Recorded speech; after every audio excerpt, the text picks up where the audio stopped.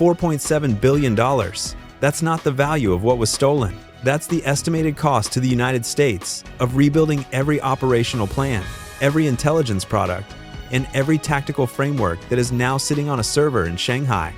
At 4:41 in the morning on March 9, 2026, FBI counterintelligence agents and ICE Homeland Security investigations executed simultaneous warrants at 3 locations: a $14 million estate in McLean, Virginia, a corporate office suite in Tyson's Corner registered to a defense consulting firm called Meridian Strategic Solutions, and a data center in Ashburn, Virginia, where Meridian leased 3 private server racks. The target was a man named Richard Cavanagh, 61 years old, Georgetown undergraduate, MIT Masters in Systems Engineering, 22 years at Raytheon, 11 years running his own defense consulting firm with active contracts at the Pentagon, CENTCOM, and the Defense Intelligence Agency.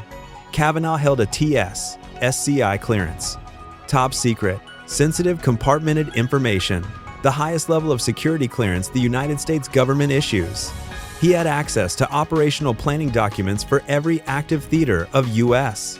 military operations, including the war plans for Iran that were finalized in January of this year. And for the last 6 years, according to the federal indictment, every document that crossed his desk was copied, encrypted, and transmitted to a server operated by an entity the FBI believes is a front for the 2nd Department of the People's Liberation Army General Staff, Chinese military intelligence. This is the story of how one man with a clearance badge and a $15,000 monthly mortgage sold America's war plans while America was fighting the war.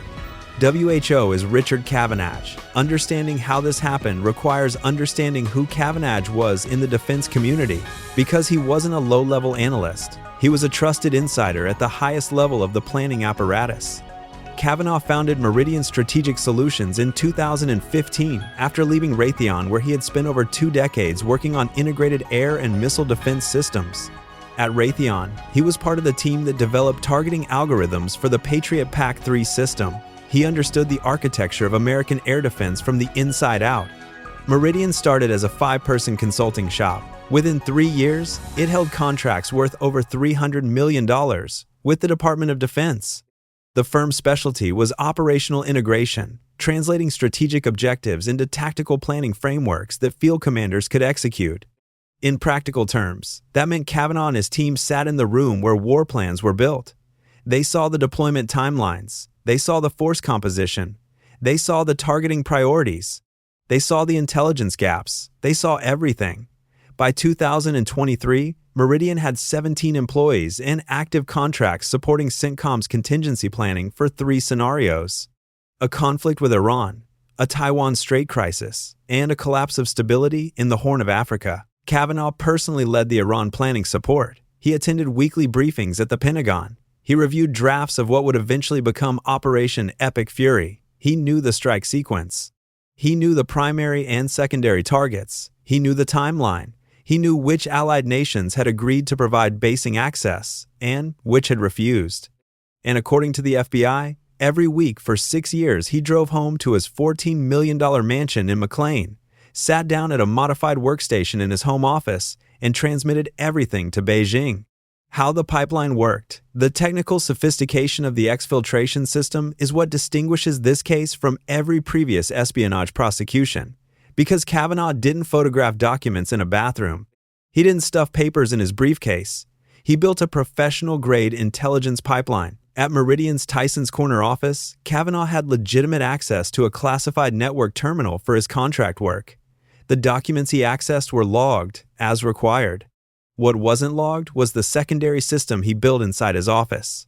Cavanagh installed a hardware keylogger and screen capture device on his own workstation that recorded everything he viewed on the classified terminal. The device stored data on an internal solid-state drive with 256-bit encryption. Every Friday afternoon, Cavanagh removed the device, drove to his residence, and transferred the contents to a separate air-gapped computer in his home office. From there, the data was processed through a custom encryption layer and embedded into what appeared to be normal financial trading data files. Cavanagh maintained an active brokerage account with a Hong Kong-based firm called Pacific Rim Capital Partners. The firm is legitimate. It processes millions of transactions daily. And hidden inside the routine data uploads from Cavanagh's trading terminal were encrypted intelligence packages averaging 300 megabytes per week. Pacific Rim servers in Hong Kong automatically replicated to backup servers in Shanghai. Those backup servers were administered by an entity called Xinhua Digital Infrastructure Group. The FBI, working with NSA and partner intelligence services, identified Xinhua as a technology front for Unit 61398 of the PLA, China's primary cyber intelligence unit. The data traveled from a classified terminal in Tyson's Corner to a mansion in McLean to a brokerage in Hong Kong to a military intelligence unit in Shanghai, and it did so disguised as stock trades every week. For 6 years, what China got. The scope of what was compromised is what has the Pentagon in crisis mode right now, because this isn't theoretical damage. This is damage to an active war. The FBI identified 5 categories of compromised material. Category 1. The complete operational planning framework for what became Operation Epic Fury. Target lists, strike sequencing, force deployment timelines, basing agreements with Gulf nations, air corridor deconfliction plans, the entire blueprint for how the United States intended to fight Iran. China had it before the first bomb dropped. Category 2. Patriot and THAAD deployment configurations for every U.S. installation in the Gulf region. Cavanagh literally helped design these systems at Raytheon. He knew every capability and every limitation. He knew the radar coverage gaps. He knew the reload times. He knew the interceptor inventory levels at each site. Category 3. Intelligence collection priorities and methods for CENTCOM's area of responsibility. What the U.S. is listening to, how it's listening, and what it considers its blind spots. This information doesn't just help China understand U.S. operations against Iran. It reveals the collection architecture that the U.S. uses globally. Category 4. Vulnerability assessments for U.S. military networks in the Pacific Theater. This was not part of Cavanagh's Iran work. He accessed it through his firm's separate contract supporting Taiwan contingency planning. The FBI believes this material was the primary intelligence objective for Beijing. Iran was the bonus. The Pacific vulnerability data was the prize. Category 5. Encryption and communication security protocols for inter-theater command communications. How CENTCOM talks to the Pentagon. How the Pentagon talks to combatant commands. The timing of key rotations. The fallback procedures if primary systems are compromised. $4.7 billion. That's the Pentagon's own damage assessment for what it will cost to rebuild, replan, and re-encrypt everything that Cavanagh burned. And that number assumes that the damage can be contained to what was found on the servers.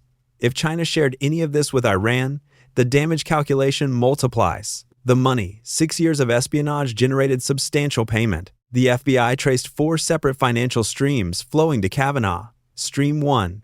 Consulting fees paid by 3 shell companies registered in Singapore to Meridian Strategic Solutions for advisory services never rendered. Total value over 6 years. $19.2 million. Stream 2. Returns on a private investment fund domiciled in the Cayman Islands, in which Cavanagh held a beneficial interest. The fund was seeded with capital from a Hong Kong entity linked to Pacific Rim. Total distributions to Cavanagh, $7.8 million. Stream 3. Real estate transactions. Cavanagh purchased his McLean estate through a trust that received its down payment from a wire transfer originating in Macau. 2 additional properties, a penthouse in Miami Beach and a ski house in Aspen, were purchased through similar structures. Stream 4. Cryptocurrency.